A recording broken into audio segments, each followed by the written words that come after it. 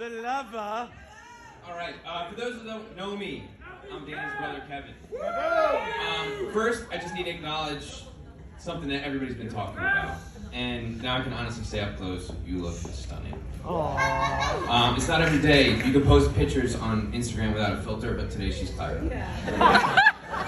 While I'm up here, I'd also like to thank a couple other people. Pammy, Rosie, and Gary. Without your love, generosity, and sex drive in 1986, none of this would be possible. So, it's not very often that someone gets to write a best man speech, but I'll tell you, it's a lot of pressure. So, it's something that weighed on me for months until I finally had a big breakthrough. I needed to get in the mindset of the bride and groom. So what did I do? I wrote down a bunch of ideas in an unorganized fashion, and I stressed myself out to the point that I thought I was going to have a mental breakdown. Then I thought, what would Danny do? I got high, ordered a pizza, and ignored my kids. And that's when my creative juices started flowing.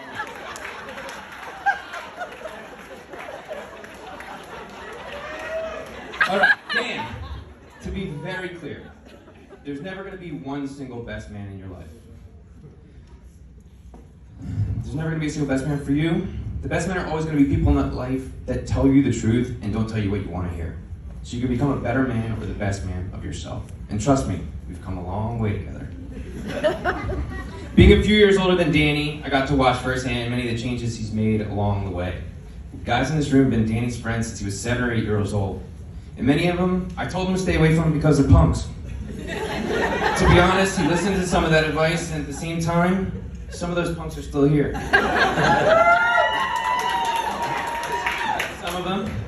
Some of them are roommates. Some he opened pizzeria places with, Kyle, Joey.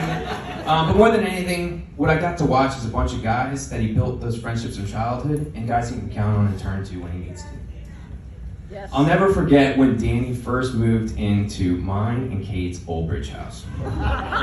He had the apartment downstairs, and I come downstairs the day he moved in. He didn't even unpack his boxes. He didn't have sheets on his bed. And he's in the kitchen, taking the cabinet doors off the cabinets. So I was like, oh, what the fuck? Right? So I'm like, Dan, what are you doing? So he turns around with bloodshot eyes and he says, Kev, I don't want to tell everybody where the plates and cups are every time they come over.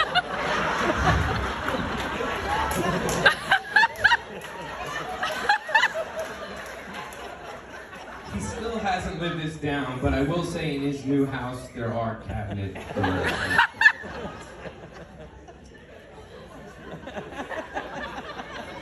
Yeah. When Dan was kidless, so before Mary Jane, he swore he had the best life. And a blessing in disguise happens, and I watched him grow into a father. I saw firsthand he's become a better man. He's learned patience, unconditional love, and finding enjoyment where he never looked before. I've never seen him happier than he is with Mary Jane, and she's become my best wingman in his best man journey. Then today, I finally get to watch him marry Marissa and become a husband. And I can remember when Dan called me and told me about the first date with Marissa. I was like, oh, cool, man. That's exciting. Like, where'd you guys go? He's like, we went to the park. So as the best man, I was honest. I said, you're a cheap bastard. But I can look back now and say that my reaction was totally flawed. They started the park for so many reasons. As younger kids, when Dan and Marissa met, they were 2 kids in Manalapan schools. The park was a big part of Danny's life and who he was with a young daughter. And taking Marissa there meant something more than dinner and drinks. The park was everything important to Danny and Marissa and where their relationship started. Marissa, I speak on behalf of everyone in this family when I say we're excited to have you join our family. You haven't changed who he is, but in so many ways you've helped him become a better version of himself.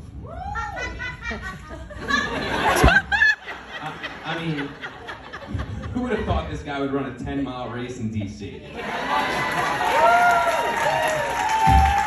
And for those that actually really know Danny, he stopped at the Oreo and beer stand in the I swear. So you dove headfirst into a non-traditional relationship to find your own family and become a hell of a mother to Mary Jane. I can speak for myself and all the relationships in this room that This relationship in your life is going to be a work in progress and always will be. But from what I've seen, I think you drew up for the challenge. I'm happy to have you as a part of our family, and we love you. So Dan, today and every day, I'll be happy to be your best man. But you and I both know I'm an alternative, because the real best man in your life is no longer here to watch you live out your dreams. I love you. Now we're gonna have a little fun. If you're wearing blue dress, blue shoes, blue socks, blue underwear, blue eyes, please stand up.